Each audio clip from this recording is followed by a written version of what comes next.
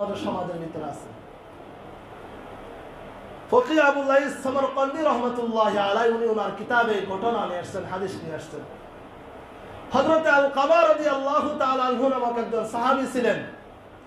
এই সাহাবীর মৃত্যু শয্যা অবস্থায় তার মুখ থেকে কালিমা বের হচ্ছে না।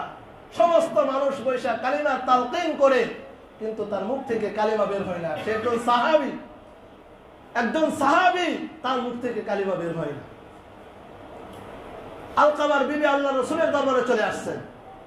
ইয়া রাসূলুল্লাহ, ইয়া হাবিবাল্লাহ, ওগো আল্লাহর রাসূল, এই যে আমার স্বামী আলকামাকে কালিমার তালকিন করা হইতেছে, কিন্তু তার মুখ থেকে কালিমা বের হয় না।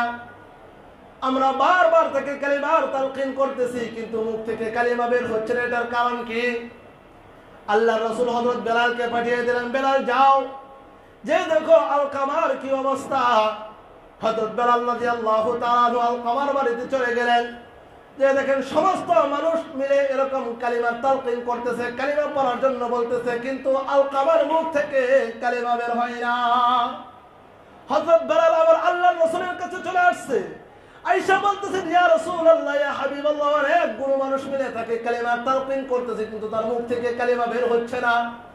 আল্লাহর রাসূল বলেন, যে দেখো আলকামার মা বাবা জীবিত আছে কিনা, যদি জীবিত থাকে কষ্ট করে হলেও আমার দরবারে একটু আসতে বলবা। হযরত বেলাল রাদিয়াল্লাহু তাআলা আলকামার বাড়িতে আবার চলে গেলেন, যে জিজ্ঞাসা করলেন, তোমার মা জীবিত আছে কিনা, তোমার বাবা জীবিত আছে কিনা। বলে বাবা নাই, মা জীবিত আছে। তার মার কাছে হযরত বেলাল চলে গেলেন। আল্লাহর রাসূল বলছেন, তোমাকে তোমার আল্লাহর রাসূলের দরবারে যাওয়ার জন্য।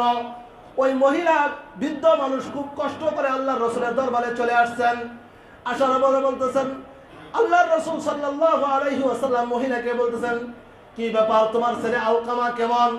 তখন ওই মহিলা বলতেছেন, ইয়া রাসূলুল্লাহ, ইয়া হাবিবাল্লাহ, আলকামা সে তো একজন ভালো একজন মানুষ, 5 ওয়াক্ত নামাজি, হজ করে, যাকাত দেয়, ইসলামের বিধিবিধান সবকিছু ভালোভাবেই পালন করে। আল্লাহর রাসূল বলেন, বুঝলাম সবকিছু পালন করে, কিন্তু তুমি তো মা, আলকামার সাথে তোমার সাথে সম্পর্ক কেমন? তখন মা বলতেছেন, ইয়া রাসূলুল্লাহ, ইয়া হাবিবাল্লাহ, ওগো আল্লাহর রাসূল, আলকামার সাথে আমার সম্পর্ক ভালো না। আল্লাহর রাসূল তো আর বুঝার বাকি নাই কি জন্য আলকামার মুখ থেকে কালিমা বের হয় না। হজ করে, যাকাতও দেয়, নামাজও পড়ে, সমস্ত কিছু করে, কিন্তু মায়ের সাথে সম্পর্ক ভালো না, মুখ থেকে কালিমা বের হয় না। আল্লাহর রাসূল বলেন, বেলাল লাকড়ি জোগাড় করো। বেলাল রাদিয়াল্লাহু তাআলা জিজ্ঞাসা করেন, ইয়া রাসূলুল্লাহ, ইয়া হাবিবাল্লাহ, লাকড়ি দিয়ে কি করবেন? আল্লাহর রাসূল বলেন, লাকড়ি জোগাড় করো। লাকড়ি জোগাড় করার পরে এটার ভিতরে আগুন ধরাও, আলকামাকে জ্বালিয়ে দেওয়া হবে, আলকামাকে পুড়িয়ে দেওয়া হবে।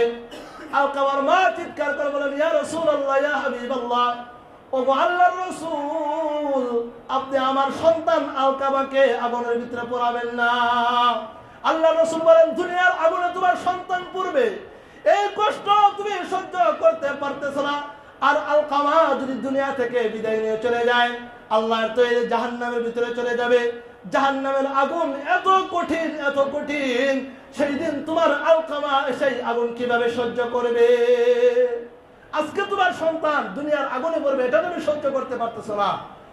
সেই দিন কাল কিয়ামতের ময়দানে জাহান্নামের ভিতরে তোমার সন্তান পড়বে, সেই আগুন তুমি কিভাবে সহ্য করবে?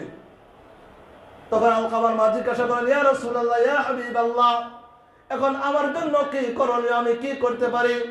আল্লাহর রাসূল সাল্লাল্লাহু আলাইহি ওয়াসাল্লাম বলেন, তুমি যে আলকামার প্রতি অসন্তুষ্ট, তুমি যদি আলকামার প্রতি সন্তুষ্ট হয়ে যাও, তুমি যদি আলকামাকে ক্ষমা করে দাও, তাহলে আলকামার অবস্থার পরিবর্তন হয়ে যাবে, আলকামার ঠিকানার পরিবর্তন ঘটে যাবে।